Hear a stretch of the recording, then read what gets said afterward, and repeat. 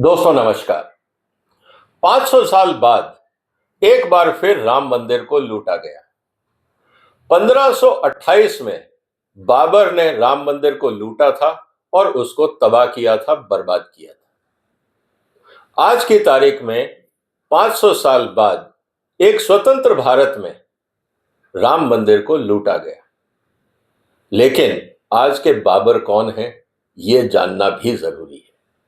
और एक बात और इंपॉर्टेंट दोस्तों, कि जब भारत में देश के सबसे प्रतिष्ठित और बड़े राम मंदिर को लूटा जा सकता है, तो अब ये बताइए कि कौन सा ऐसा डिपार्टमेंट है जहां पे लूट नहीं हो रही होगी। अगर राम मंदिर के एडमिनिस्ट्रेशन में भ्रष्टाचार है, तो कौन सा ऐसा डिपार्टमेंट होगा जहां भ्रष्टाचार नहीं है।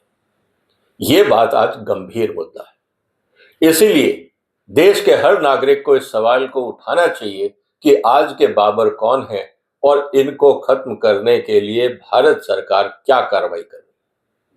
दोस्तों, इसी महत्वपूर्ण मुद्दे पे आज हम चर्चा करेंगे, इसीलिए इस वीडियो को अंत तक देखिएगा। आपकी जिंदगी से जुड़े हुए कई सवाल हैं जो मैं लेके आया हूं, और उनके समाधान क्या हो सकते हैं वो भी मैं आपके सामने रखूंगा। लेकिन एक निवेदन है, आप अपने सुझाव भी कमेंट बॉक्स में जरूर डालिएगा और इस वीडियो को अपने ग्रुप्स में सर्कुलेट करिए, क्योंकि सिर्फ देख के और आंखें बंद करने से समस्या का समाधान नहीं होगा। अगर आप आवाज नहीं उठाएंगे तो ये देश कभी नहीं उठ पाएगा। इस बात को समझना जरूरी है। तो इसीलिए दोस्तों, आपसे निवेदन है कि इस वीडियो को पूरा देखिएगा, इस चैनल को सब्सक्राइब कर लीजिए और हो सके तो इस चैनल को सपोर्ट भी कर दीजिए। आज की चर्चा की हम शुरुआत करते हैं। दोस्तों, मैं कह रहा हूं कि राम मंदिर में लूट, आज का बाबर कौन है यह जानना जरूरी है, और इसका जो आंसर है वो मैं आपके लिए लेके आया। 1528 में जब बाबर ने राम मंदिर पर आक्रमण किया था तो उसके पास फौज थी, तलवारें थी। लेकिन जिन लोगों ने आज राम मंदिर को लूटा है उनके पास क्या होगा, इसको समझते हैं। उनके पास होगा एक आइडेंटिटी कार्ड, या होगी गवर्नमेंट फाइल, या कोई पोजीशन इन ट्रस्ट, या किसी डिपार्टमेंट में कोई डेजिग्नेशन। इनमें से कुछ ना कुछ तो उसके पास होगा, ताकि उसको यह अधिकार मिला होगा कि वो अपने अधिकारों का दुरुपयोग करके राम मंदिर को लूटे। अगर ये चीजें उसके पास नहीं होती तो ये बात तो आप मान लीजिए कि उसके पास इतनी हिम्मत नहीं होती, इतनी क्षमता नहीं होती कि वो राम मंदिर को लूट सके। तो ये लोग जब तक इन्वॉल्व नहीं हैं, सरकार द्वारा दिया गया identity card, file, position, designation या पदवी, तब तक आप लूट नहीं कर सकते। तो इसका मतलब यह है कि लूट अंदर से ही शुरू हुई है, जिसको समझना जरूरी है। यह सिर्फ मुद्दा पैसे का नहीं है दोस्तों। यह मुद्दा यह नहीं है कि साहब 10 करोड़, 20 करोड़, 50 करोड़, 100 करोड़ की चोरी हुई। यह मुद्दा पैसे का है ही नहीं। यह मुद्दा है दुनिया में 100 करोड़ हिंदुओं की आस्था का। 100 करोड़ हिंदू अगर एक एक रुपए भी देते तो 100 करोड़ बन जाता। तो यह पैसे की बात है ही नहीं। यह मुद्दा है देश की और खासकर हिंदू समाज की आस्था का। यह मुद्दा है इस बात का कि यह राम मंदिर है, जिसके कारण आज मोदी सरकार सत्ता पे है। बीजेपी की जो मेजॉरिटी है वो राम मंदिर की ही देन है।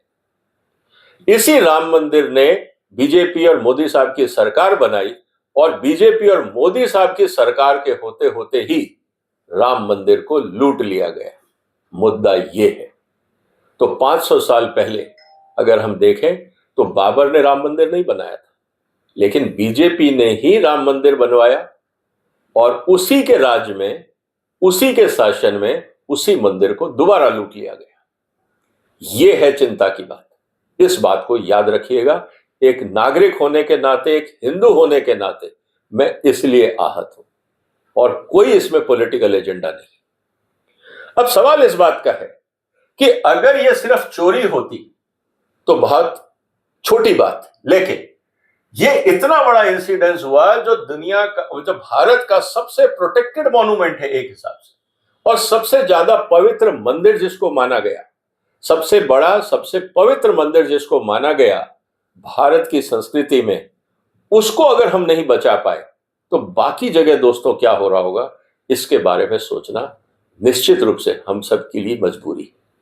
इस बात को समझिएगा। अब सवाल इस बात का है कि एक बात तो बहुत क्लियर है कि इस देश में चाहे वो गवर्नेंस हो, चाहे अकाउंटेबिलिटी हो, चाहे करप्शन हो, इन सब पे सवाल आज खड़े होने वाजिब है।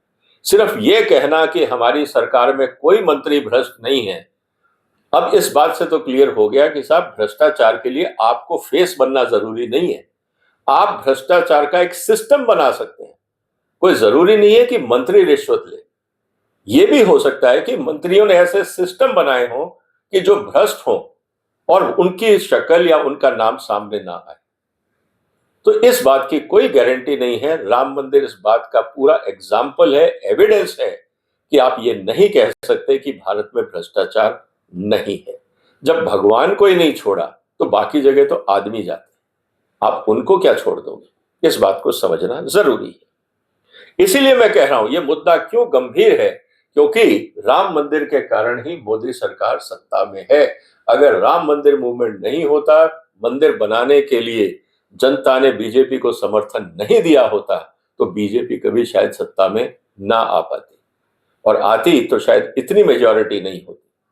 ये बात हमें समझनी होगी। और मजे की बात, राम मंदिर बनाने में उसी जनता ने कंट्रीब्यूशन किया था, टैक्स पेयर का पैसा नहीं लगा था। तो जनता ने वोट दिया, जनता ने पैसा दिया, जनता ने राम मंदिर बनाने का आग्रह किया, जनता ने हर चीज पे सपोर्ट किया, और बाद में हमने उसी मंदिर को लूट लिया। यह सबसे बड़ी ट्रेजेडी की बात है।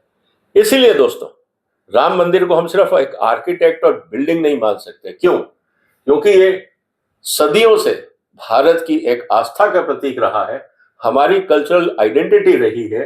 कॉन्स्टिट्यूशन जस्टिस जो है, बहुत लंबे प्रोसेस से जो चलता है, उस माध्यम से हमें लिया, और साथ में एक भारत की आस्था का और भारत की प्राइड का विषय है, इसको भी हमें समझना होगा।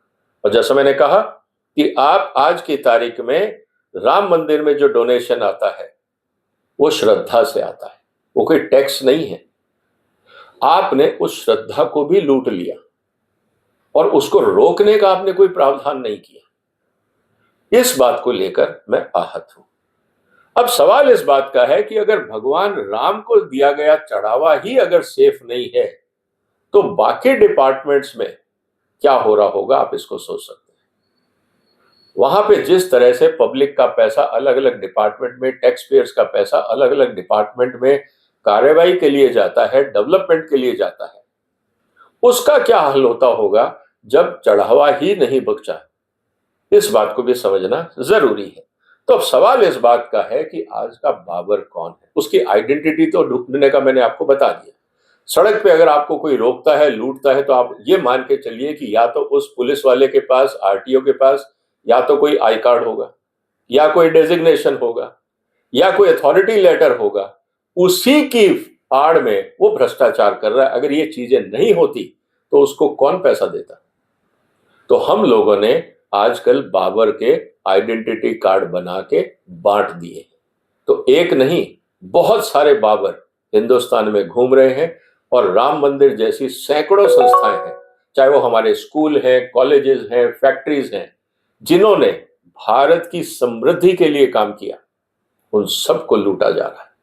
ये बात हमें समझनी होगी। इसीलिए जो बाबर है वो आज भारत में करप्शन का एक सिंबल बन गया। इसीलिए जिस भी करप्ट व्यक्ति को आप देखो तो समझ लीजिए ये मॉडर्न भारत का बाबर है। अब इस बात को आपको ध्यान रखना होगा। इसीलिए मैं करप्शन को बाबर के साथ इसलिए जोड़ रहा हूं कि जो भी भ्रष्ट अधिकारी, इंस्पेक्टर आपको दिखे, आप समझ लीजिए कि आधुनिक भारत का बाबर है। ये यहां पे लूट मचाने आया है। इसीलिए सबसे इंपॉर्टेंट बात क्या होती है कि जब आप बाबर की तरह लूट मचाते हो तो उससे क्या होता है? भ्रष्टाचार तो है ही उसकी कार्रवाई, जनता का भरोसा उठता है, अपने पद का, अपनी पावर का वो मिसयूज होता है, जनता के साथ धोखा होता है, जनता का पैसा उसकी चोरी होती है, लूट होती है, और साथ में एडमिनिस्ट्रेटिव नेग्लिजेंस होता है, जो भारत की जनता के लिए, समृद्धि के लिए काम होना चाहिए था, आपने उसको बर्बाद कर दिया। ये है आज के बाबर के लक्षण। इसीलिए अब सवाल इस बात का है कि क्या ये सिर्फ मंदिर में हुआ? ऐसा नहीं है। भारत में जितनी भी वेलफेयर स्कीम्स है, इंफ्रास्ट्रक्चर है, रिक्रूटमेंट है, प्रोक्योरमेंट है, म्युनिसिपल एडमिनिस्ट्रेशन है, रिलीजियस इंस्टीट्यूशन है, सब जगह यही तो हो रहा है। और राम मंदिर तो एग्जाम्पल है। आज कौन बोलेगा कि भारत में भ्रष्टाचार नहीं? मैं तो मानने को पहले दिन से तैयार नहीं था, लेकिन भगवान की एक कृपा है कि भगवान के घर में इतनी बड़ी चोरी हुई कि पूरी जनता को जागना पड़ा। अब ये बात कौन झुठलाएगा कि हिंदुस्तान में प्रॉब्लम नहीं है? अब यह सवाल इस बात का है, यह होता क्यों है? कारण बहुत सिंपल है। Deeper disease in Indian administration, यह हमारी अपनी ही देन है। हमारे ऐसे कानून हैं जिसने वीक कंट्रोल बनाए। आप किसी अधिकारी को पूछो कि आपने पिछले महीने कितनी फाइलों पे काम किया, उसकी रिपोर्ट कहां है, वो नहीं देगा, क्योंकि कंट्रोल ही नहीं। तो आप कौन होते हो? देश की जनता कौन होती है पूछने वाली? आप किसी मंत्री से पूछो कि हमने आपको चुन के भेजा है, आप बताइए कि पिछले महीने आपके डिपार्टमेंट ने क्या क्या कार्रवाई करी, हमें मंथली रिपोर्ट चाहिए। हर डिपार्टमेंट की मंथली रिपोर्ट जनता के बीच में क्यों नहीं आती? क्योंकि हम बताना ही नहीं चाहते हम क्या कर रहे हैं। कंट्रोल ही नहीं है इन पे, क्योंकि जैसा मैंने कहा कि बाबर को कौन कंट्रोल करेगा? बाबर के ऊपर किसी का हुक्म चलता था? वो तो खुद ही बादशाह था। यही आज स्थिति है कि जो लोग अकाउंटेबल नहीं है वो अपने आप को बाबर समझने लगे। यही स्थिति आज हिंदुस्तान की हो गई। जब अकाउंटेबिलिटी ही नहीं है तो सवाल अब उस बात का है कि रिस्पॉन्सिबिलिटी कैसे तय करोगे?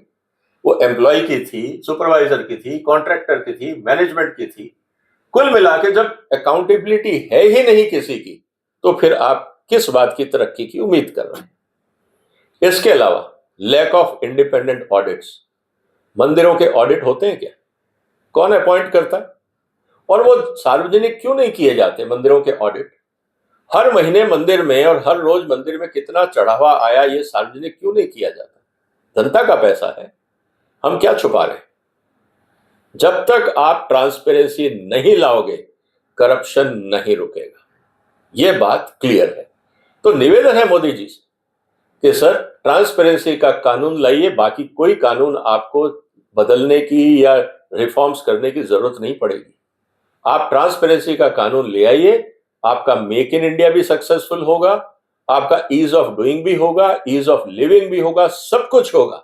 सिर्फ एक कानून हिंदुस्तान में ले आइए, every department has to be transparent, और हर डिपार्टमेंट की मंथली रिपोर्ट सार्वजनिक की जाएगी।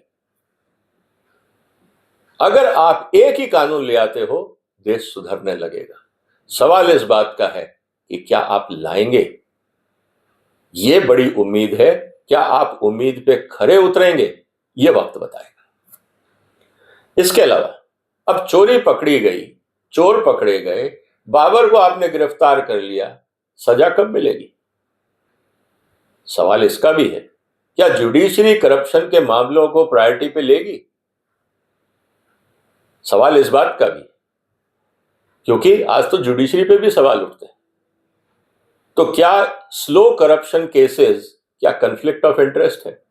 क्योंकि अगर हम जुडिशरी में जो करप्शन के एग्जाम्पल सामने आए, नोटों के बंडल जलने की बात आई, हमने एफआईआर तक नहीं करी, उसके बाद तो पॉलिटिकल सिस्टम की और हिम्मत बढ़ गई कि आज जुडिशरी कैसे कह सकता है देश में करप्शन है, क्योंकि सामने वाला पूछेगा आपके यहां भी तो है, तब आप क्या जवाब देंगे? अब सवाल इस बात का है कि you scratch my back and I scratch your back, तो दोनों में भ्रष्टाचार है, तो इसलिए सवाल मत उठाओ। क्या यह हो गया है देश की स्थिति? लेकिन क्या बाबर इससे खत्म हो जाएंगे? सवाल इस बात का है। तो हकीकत क्या हो गई कि हमने करप्शन को खत्म करने की जगह as a cultural practice accept कर लिया है। आप किसी भी आम आदमी से पूछ लीजिए, किसी भी डिपार्टमेंट में कोई काम हो, लाइसेंस बनाना हो, पासपोर्ट बनाना हो, डिपार्टमेंट में जाना हो, आदमी एप्लीकेशन के साथ जेब में कुछ कैश रख के जाता है कि यार कुछ लेना देना पड़ेगा ताकि काम तो हो, फाइल तो चले।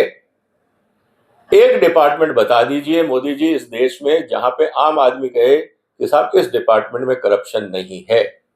आप खुद डिक्लेयर कर दीजिए, प्राइम मिनिस्टर ऑफिस डिक्लेयर कर दे कि इन सैकड़ों डिपार्टमेंट में से ये 5, 7, 10 डिपार्टमेंट ऐसे हैं या 2 डिपार्टमेंट ऐसे हैं जहां पे आपसे कोई पैसा नहीं मांगेगा, आपका काम टाइम पे होगा। आप वो लिस्ट जारी कर दीजिए, ये ही एक देश में शुरुआत हो जाएगी। और उस लिस्ट में कितने डिपार्टमेंट वक्त के साथ जुड़ेंगे, वो ही बताएगा भारत में सुधार हो रहा है या नहीं। तो क्या पीएमओ ऐसी लिस्ट जारी करेगा? एक नागरिक होने के नाते मेरा ये सवाल है। अब सवाल इस बात का है कि आज हम सिर्फ मंदिर के भ्रष्टाचार की बात नहीं कर रहे हैं। बाबर ने राम मंदिर को लूटा, सिर्फ मुद्दा उतना नहीं है, क्योंकि हिंदुस्तान में रोज हमारे मंदिरों के साथ साथ हमारे हॉस्पिटलों में लूट है, स्कूलों में लूट है, कोर्ट्स में लूट है, म्युनिसिपैलिटी में लूट है, पुलिस स्टेशंस में लूट है, रिक्रूटमेंट एजेंसीज में लूट है। कुल मिला के आज भारत का आम आदमी इस बात से त्रस्त है कि मेरी समस्याओं को सुनेगा कौन। आप एक पोलिंग करवा लीजिए, मोदी जी, आप एक सर्वे करवाइए और जनता से पूछिए कि किस किस डिपार्टमेंट में लूट है। आप वहां पे ऑप्शन दे दीजिए और यह भी बता दीजिए कि किस किस डिपार्टमेंट में लूट नहीं है। जनता से पूछिए कि उन डिपार्टमेंट्स का नाम लें जहां पे लूट नहीं है। आपको और देश को क्लियर हो जाएगा कि कितने बाबर आपने कहां कहां बैठा रखे हैं। No nation can become a developed, आप तो विकसित भारत बनाना चाह रहे हैं ना, if citizens stop trusting the institution. जब मुझे भरोसा ही नहीं है तो मैं इन्वेस्ट क्यों करूंगा? आज भारत से पढ़े लिखे लोग विदेश क्यों जा रहे हैं? इन्वेस्टर्स बाहर क्यों जा रहे हैं? क्या इसका कारण यह है कि भारत में 145 करोड़ का बाजार उनको नहीं दिखता? सबको दिखता है। भारत जितनी बड़ी अपॉर्चुनिटीज दुनिया में कहीं नहीं, लेकिन सिस्टम पे भरोसा नहीं।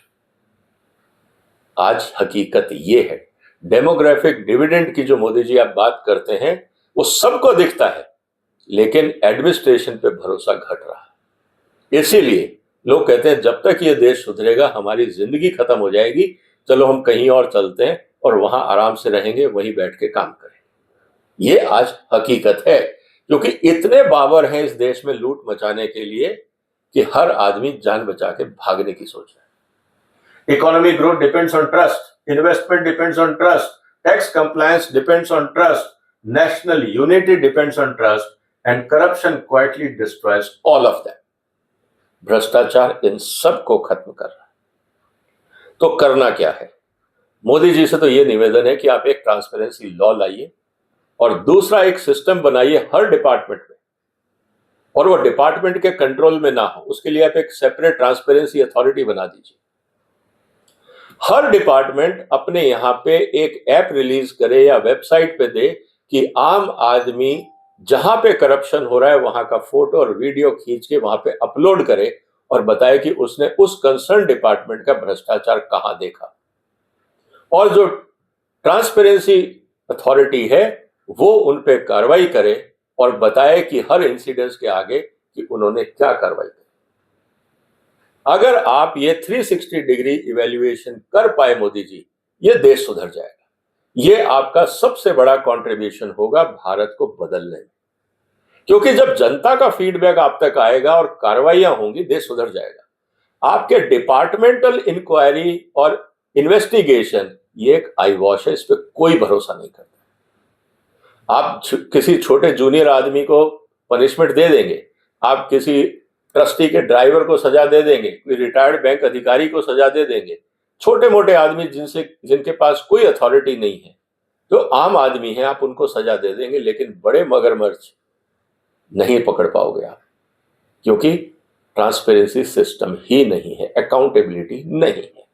इसीलिए मेरा तो ये कहना है दोस्तों, आपके पास संविधान में एक अधिकार है, आर्टिकल 19(1)(a), जो आपको देता है right of expression and speech. आप अपने मोबाइल फोन का इस्तेमाल करिए, जहां आपको भ्रष्टाचार दिखता है वहां का वीडियो बनाइए, फोटो खींचिए, जगह का नाम लिखिए, डिपार्टमेंट का नाम लिखिए, हो सके तो अधिकारी का नाम लिखिए, उसको जीपीएस टैगिंग के साथ सोशल मीडिया पे अपलोड करिए और अलग अलग डिपार्टमेंट्स को भी भेजिए, ताकि देश की जनता को यह पता रहे कि कहां क्या भ्रष्टाचार है। और हिंदुस्तान में कोई भी डिपार्टमेंट, सोशल मीडिया पे आप जाइए, जब आप वीडियो बनाते हो तो पुलिस वालों को एतराज होता है, आरटीओ वालों को ऐतराज होता है, बाकी भ्रष्ट ऑफिसर्स को ऐतराज होता है कि वीडियो क्यों बना रहे हो। हिंदुस्तान में कोई कानून नहीं है जो आपको वीडियो बनाने से रोक सकता हो, और ना ही आपको कोई अधिकारी ये कंपेल कर सकता है कि जो आपने फोटो खींची है या वीडियो बनाया उसको डिलीट करें। हिंदुस्तान में ये कानून आम आदमी के फेवर में है, ये संवैधानिक अधिकार है। हाँ, जहां पे सिक्योरिटी है, जहां नेशनल सिक्योरिटी की बात है, जहां प्राइवेसी की बात है, वहां आप वीडियोग्राफी या फोटोग्राफी ना करें। लेकिन करप्शन ना तो राष्ट्रीय सुरक्षा का मुद्दा है ना प्राइवेसी का। आप धड़ल्ले से वीडियो बनाइए, सोशल मीडिया पे डालिए, लेकिन जगह का नाम जरूर डालिए, डिपार्टमेंट का नाम डालिए, आइडेंटिटी उन लोगों की पता हो, चाहे नाम हो चाहे व्हीकल हो, यह दिखना चाहिए वीडियो में। और फिर आप वहां के मुख्यमंत्री से पूछिए कि आपने क्या कार्रवाई करी इस मुद्दे में।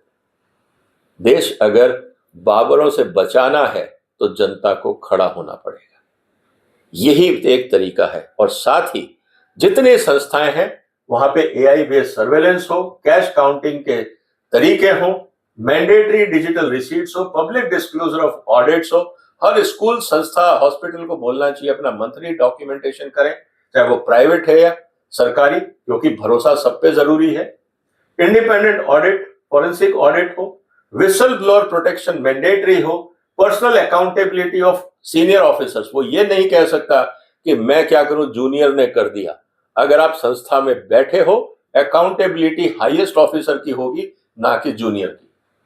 Time bound investigation and fast track prosecution, court को ये इंश्योर करना होगा।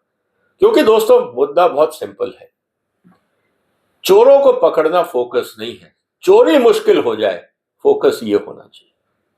आप चोर पकड़ते रहोगे, चोरियां होती रहेंगी, प्रॉब्लम सॉल्व नहीं होगी। चोरी करना मुश्किल हो जाए, इस पे अगर कानून बने तो रास्ता निकलेगा। चोर पकड़ने के कानूनों से कुछ नहीं होता।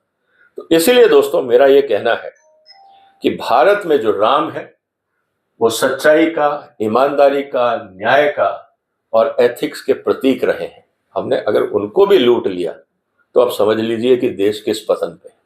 कहने का मतलब यह है कि अगर हम भगवान राम को नहीं बचा पाए तो सवाल इस बात का है कि can we build institutions where integrity is stronger than temptation. क्योंकि जिन लोगों को इन बड़ी बड़ी मंदिर की संस्थाओं में बैठाया गया, या भारत के जितने भी बड़े इंस्टीट्यूशंस में, यूनिवर्सिटीज में, कंपनियों में, जहां पे भी आप बड़े बड़े लोग अपॉइंट करते हो, और अगर वो लोग भ्रष्ट निकलते हैं तो गलती किसकी? अपॉइंटिंग अथॉरिटी की। चोर की गलती नहीं है, वो तो चोर था ही, उसकी इंटीग्रिटी थी ही नहीं। यही मैं सवाल उठा रहा हूं। आपने चोर को महत्वपूर्ण जगह पे बैठा दिया, किसने बैठाया और किस आधार पे बैठाया, क्या एविडेंस उनके पास थे, यह भी सार्वजनिक होना चाहिए। क्योंकि जब तक अपॉइंटिंग अथॉरिटी अकाउंटेबल नहीं होगी, चोरी और इंटीग्रिटी की हम बात क्या करें। तो दोस्तों मेरा तो यही कहना है इस पूरे प्रोसेस में कि मोदी साहब को इस मुद्दे को सीरियसली लेना चाहिए। एक भगवान राम की तरफ से दिया गया ये एक ग्रेट अपॉर्चुनिटी है मोदी जी को। जैसे वो हमेशा कहते हैं कि विपदा को हम अपॉर्चुनिटी में बदलना जानते हैं। ये भ्रष्टाचार मिटाने के लिए भगवान राम का संदेश है कि हिंदुस्तान में भ्रष्टाचार बहुत बढ़ गया है, अब आप इस पे कार्रवाई करें। भगवान राम ने मोदी जी को जगाने का प्रयास किया है। क्या मोदी जी अपना काम कर पाएंगे अब? ये तो वक्त बताएगा। इसीलिए अब लोग देख रहे हैं क्या होगा, लेकिन सवाल इस बात का दोस्तों, अगर ये मुद्दा गंभीर है तो मैं चाहूंगा कि आप इस वीडियो को सर्कुलेट करें, अपने कमेंट्स लिखें, इस गंभीर मुद्दे पे चर्चा करें। सिर्फ वीडियो देख के बंद करने से काम नहीं होगा, तब आप अपनी जिम्मेवारी से भाग रहे हैं। यह मुद्दा समाज के हर लेवल तक जाना चाहिए, यह जरूरी है। इसीलिए सवाल इस बात का है कि आज का जो बाबर है वो सिर्फ एक इंसान नहीं है या एक सिस्टम नहीं है, ये ओवरऑल वो करप्शन है जिसने इंसान और सिस्टम और संस्थाएं सबको बर्बाद कर दिया। तो क्या हम बाबर का मुकाबला कर पाएंगे या उसके लिए फिर 500 साल का इंतजार करना होगा? जो भी आपके विचार हो कमेंट बॉक्स में लिखिए। इस वीडियो को शेयर करिए, इस चैनल को सब्सक्राइब करिए। फिर मुलाकात होगी एक और महत्वपूर्ण मुद्दे के साथ। तब तक अपना ध्यान रखिएगा। फिलहाल वंदे मातरम।